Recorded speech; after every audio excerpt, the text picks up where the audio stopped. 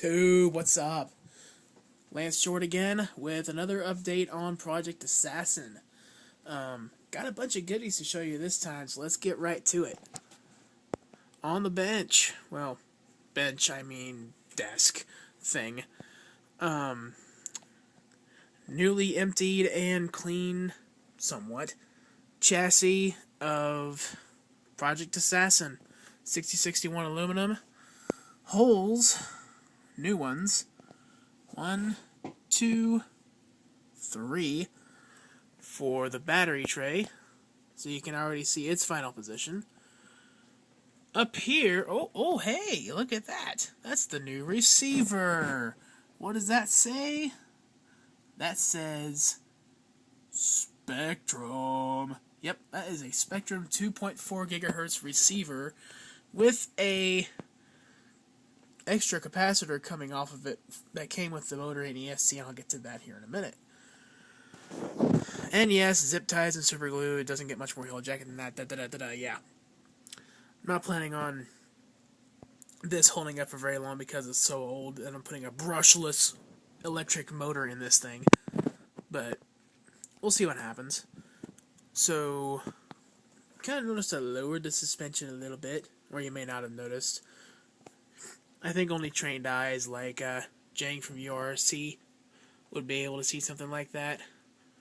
Or DJ Medic, one of the two.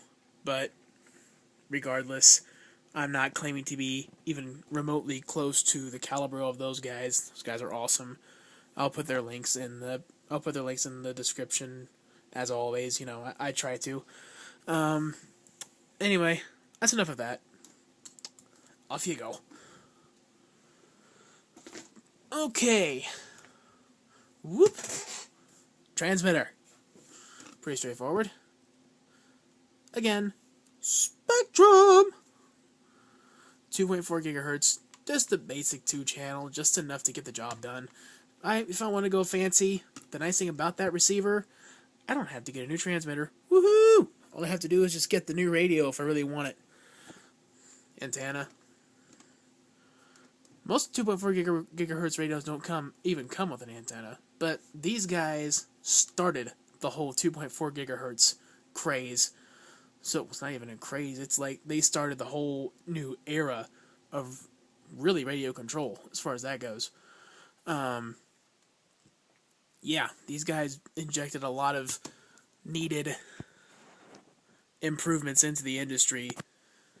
And they started with, not necessarily this radio, but this brand really kind of started it all. So I kind of went with that because I know it's a good, solid brand. Okay, enough about that. Next up, hey look, Easy Peak charger.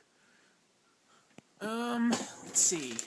And there's the box for the Easy Peak charger. And on top of that, what's that red shiny thing?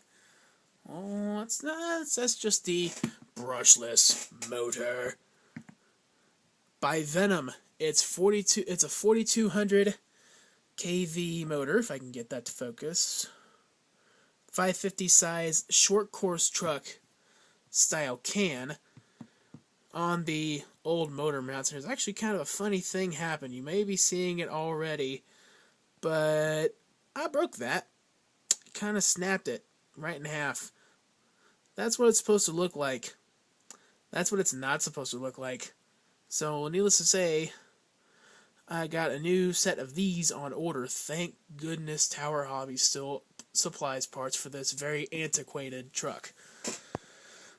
And I may have been able to solve an issue about all that overhang that I was talking about in the last video. Kind of have a bit of a set screw. Whoa, what's that doing? I kind of have a set screw. If I can get that to focus on it. Boink! You can kind of see there's two of them in there. And if you may remember, there was a kind of a loop, like a metal loop going across, like right here across the back of the motor. Where is that piece? Here it is. There it is. It's supposed to go over like that. Like that. Stupid hand getting in the way. And speaking of getting in the way, these were kind of getting in the way of this. So this had to go. So away it goes. I used a screw that was holding that piece. I kind of used it to just kind of hopefully give me an extra footing. If that actually works, I won't mind about one corner hanging over as much if I can get stability on the other side. But enough about that. Once again, going down there. The really cool piece is right here. This is the brain of the outfit, and they're already like, oh my god, he botched it. But we'll get to that here in a minute. This is 80 amp ESC by the same people that supply the motor. Yeah, this came in a combo. Fan pre-installed. I thought that was awesome. Also, supposedly, this is a waterproof unit. Supposedly. I'm not sure if it actually is. Also, side note, Venom, you put your stickers on really, really poorly. I mean, I had to go over this, like, drop it. I had to go over this, like, 2 or 3 times just to get that sticker to even stay down. And there was even stuff like wedged in the sticker and all that stuff. And shoddy craftsmanship as far as the stickers goes, but everything else looks awesome. Except for, yeah, that's me. I did that. This came with EC3 connectors on it, pre-installed, and the battery came with a Traxxas connector, pre-installed. What a quandary. I almost got an adapter, but I was like, nah, I want to be adventurous. So I went this route. I didn't weld it. Those are crimp connectors. Not sure how well those are going to work. I was kind of worried about them, so what I did, I charged the battery, plugged it in, and hoped sparks didn't fly out as soon as I plugged it in. And no issues. I even turned the ESC on and ran it for quite a while. I mean, just kind of, like, just let it lay here, as you're seeing right now, just laying on my desk, battery over here, attached to that, turned it on. I even plugged the programming card in. I'll get to that here in a minute. I actually programmed the ESC while it was sitting here with drawing juice from the battery through that connector and through those crimp connections. So that kind of gave me a little bit more faith about that. We'll see what happens when we got a motor yanking power through that, but that shouldn't even concern that as much as it would these three. Hopefully. Cross his fingers. But if that becomes an issue, I'll just cut that off and probably have to get a new one of those and solder this on. Anyway, this is already at 8 minutes. What the heck? That's it for that. Moving right along. Original series servo. Programming card. This all came in a bundle. Again, stickers. Really? Venom, you're killing me. This is not staying down at all. Like, shoddy craftsmanship for all these decals. It's just, I'm constantly have to running my finger over this to keep it down. It's just, yeah. But, looks cool. Actually works really well. Those LEDs light up really brightly. So, and this goes through all your options, all these settings here. This, if you have to enter more than one digit, this goes across your digits, so on and so forth. That enters it. That stands for right. See if I can focus that in a little bit. That was bugging me. That stands for right.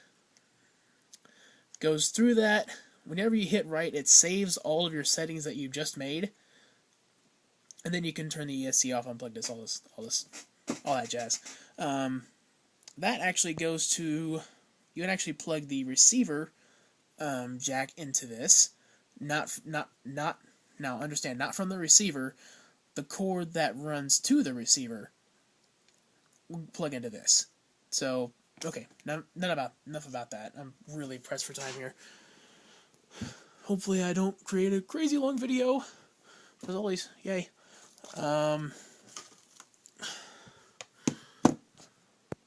That's going to be the heart of this beast. Well, what's going to supply the power anyway. Traxxas connector, that was what I was running into. Yep, that is a 5,000 milliamp hour 8-cell nickel metal hydride pack from Duratrax. Yay.